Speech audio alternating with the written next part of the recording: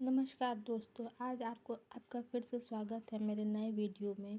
जैसा कि आप लोग जानते हैं, मैं लाइब्रेरी एंड इंफॉर्मेशन साइंस से रिलेटेड वीडियो बनाती हूँ। आज मैं शुरू करने जा रही हूँ बीलीज का पहला यूनिट, जिसका नाम है लाइब्रेरीज 221 का पहला unit libraries information and knowledge based society, जिसमें 3 टॉपिक हम लोग कवर करेंगे: मॉडर्न सोसाइटी, इंफॉर्मेशन सोसाइटी और नॉलेज सोसाइटी। आधुनिक समाज, सूचना समाज और ज्ञान समाज। इसमें हम लोग लाइब्रेरी का प्रभाव हमारे समाज में किस तरह से पड़ता है उसके बारे में जानेंगे।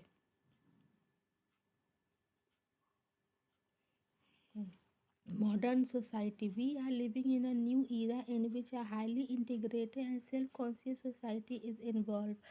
हम लोग जिस समाज में भी रह रहे हैं उसके बारे में जानते हैं कि उच्च समकसे एवं स्व जागृत समाज कहा जाता है। We give it the name of modern society. The consumer today is different from the consumer of yesteryear. Here we have seen how changing lifestyle have brought about a change in demand for goods and services, changing the consumer market. In the present day, with the better education opportunity, both literacy and information technology literacy rate are improving. More and more homes have radio, television, telephone sets and computer. Basically इसमें बताया जा रहा है कि आधुनिक समाज कैसे बना। आजकल का जो ग्राहक है पहले के ग्राहक से बिल्कुल अलग है।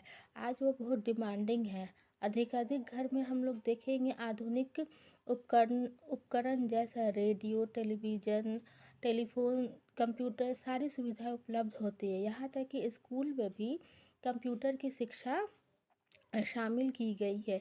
इससे हम लोग का समाज जागरूक बनेगा। अब बहुत ज़्यादा सूचना का प्रचार प्रसार होगा। अब पहले की तरह ज्योग्राफिकल, टाइम और कल्चरल बैरियर कोई मायने नहीं रखता है। पहले दूरी बहुत मायने रखती थी।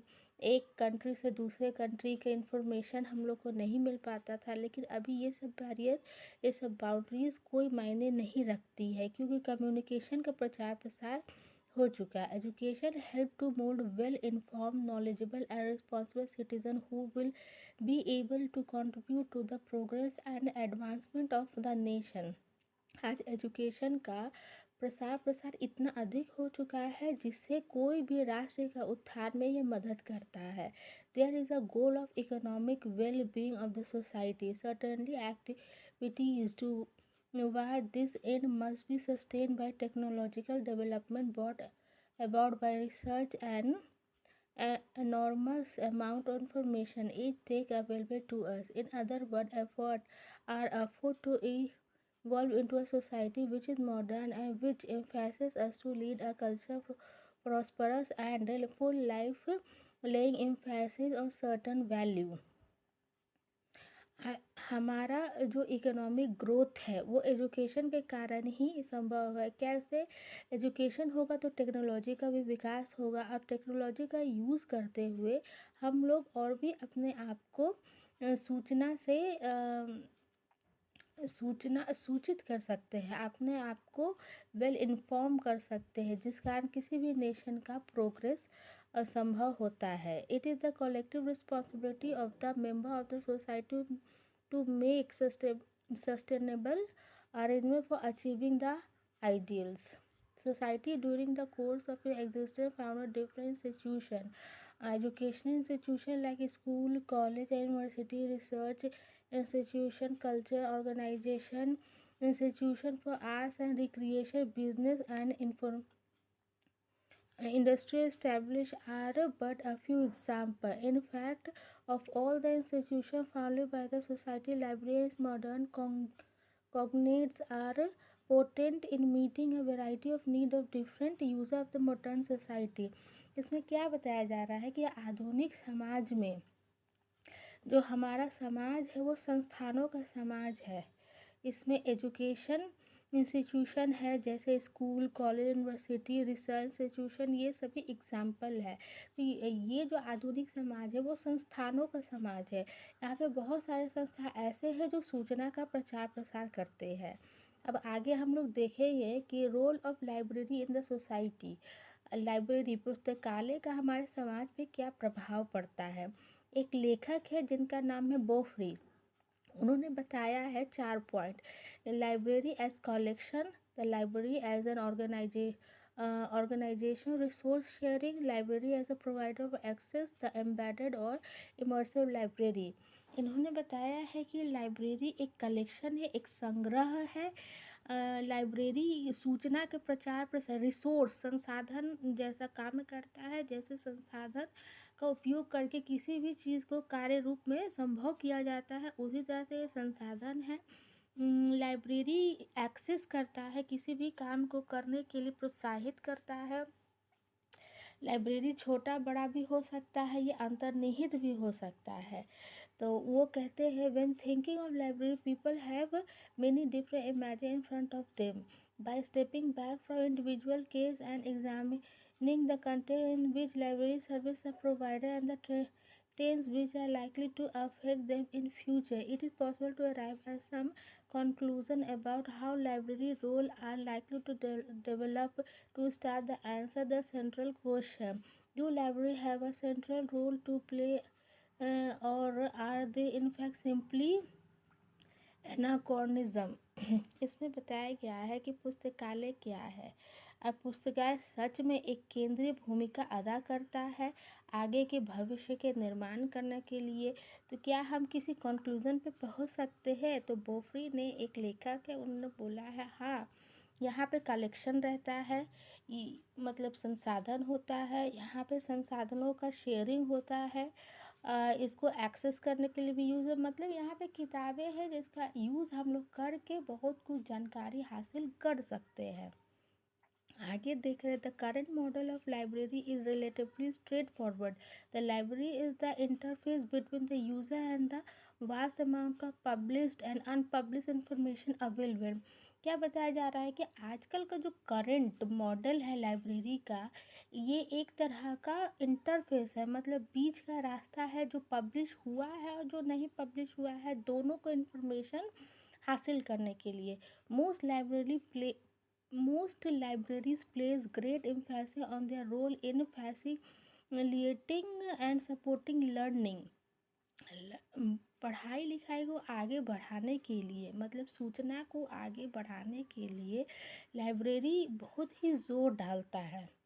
फिर आगे एक टेबल दिया गया है, इसमें बताया है कि द पारा shift taking place in library, किस तरह से लाइब्रेरी का विकास हुआ है। कस्टोडियन ऑफ बुक्स, सर्विस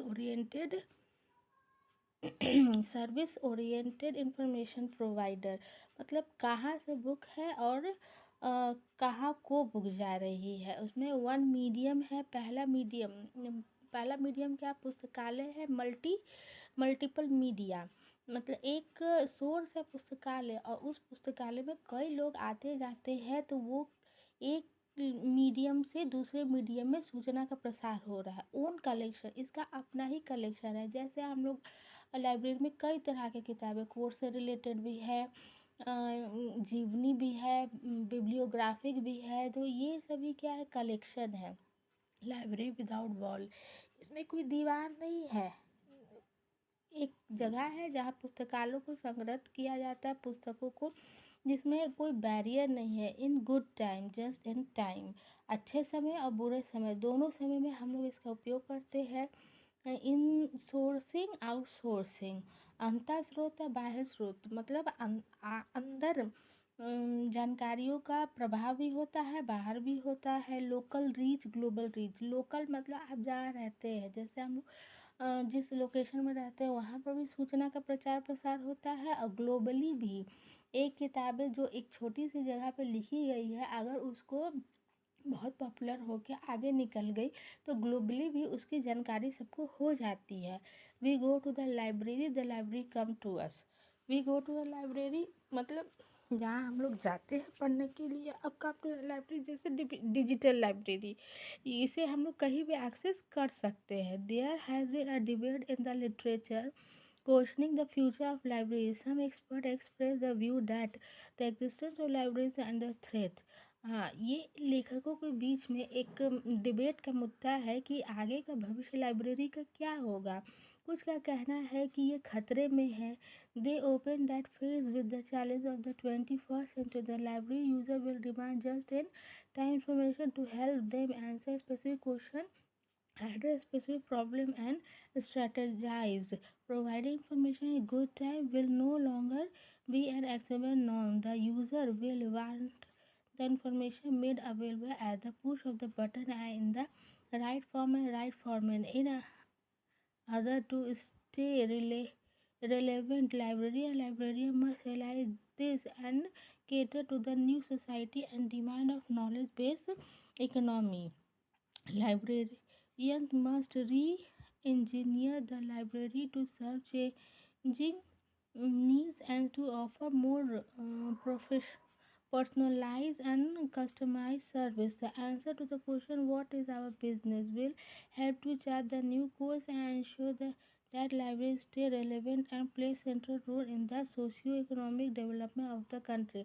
इसमें कहा गया है कि जितने भी लेखक हैं उनके बीच यह डिबेट का मुद्दा है कि जो लाइब्रेरी है इसका फ्यूचर आगे क्या होगा। बहुत लोग होते हैं जो सिर्फ एक स्पेसिफिक आंसर के लिए, मतलब कोर्स की किताबें हैं उसका एक क्वेश्चन है उसको जानकारी के लिए लाइब्रेरी का यूज़ करते हैं। वो हर समय उसका यूज़ नहीं कर सकते हैं। वो सिर्फ चाहते हैं कि एक बटन दबाया जाए उसका आंसर मिल जाए। लेकिन हम लोगों को ऐसा करना चाहिए कि लोगों में हमेशा लाइब्रेरी को लेकर जागरूकता रहे और रुचि बनी रहे। वो हमेशा लाइब्रेरी जाना चाहे, ना कि सिर्फ एक आंसर जानकारी ले लिया और छोड़ दिया।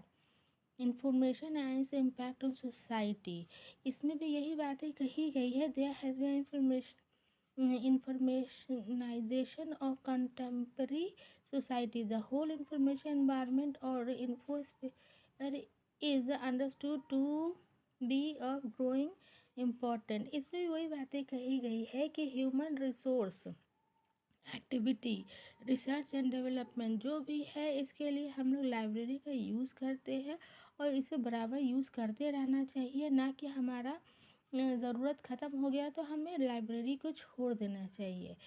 ठीक है, यहाँ तक रहा पहला यूनिट। ये पहला यूनिट का पहला पार्ट जो है आधुनिक समाज। अब हम लोग आगे पढ़ेंगे दूसरे वीडियो में इंफॉर्मेशन सोसाइटी, मतलब सूचना समाज। एक वीडियो में संभव नहीं है, काफ़ी लंबा हो जाता है तो ये बोरिंग हो जाता है, इसलिए हम इसे दूसरे वीडियो में कवर करेंगे। तो ऐसे ही वीडियो पाने के लिए आप मेरे चैनल को सब्सक्राइब करें, जिससे आपको टाइम टू टाइम नोटिफिकेशन भी मिलते रहे। तो दोस्तों अब मिलते हैं अगले वीडियो में जो है information society. Thank you, please subscribe my channel.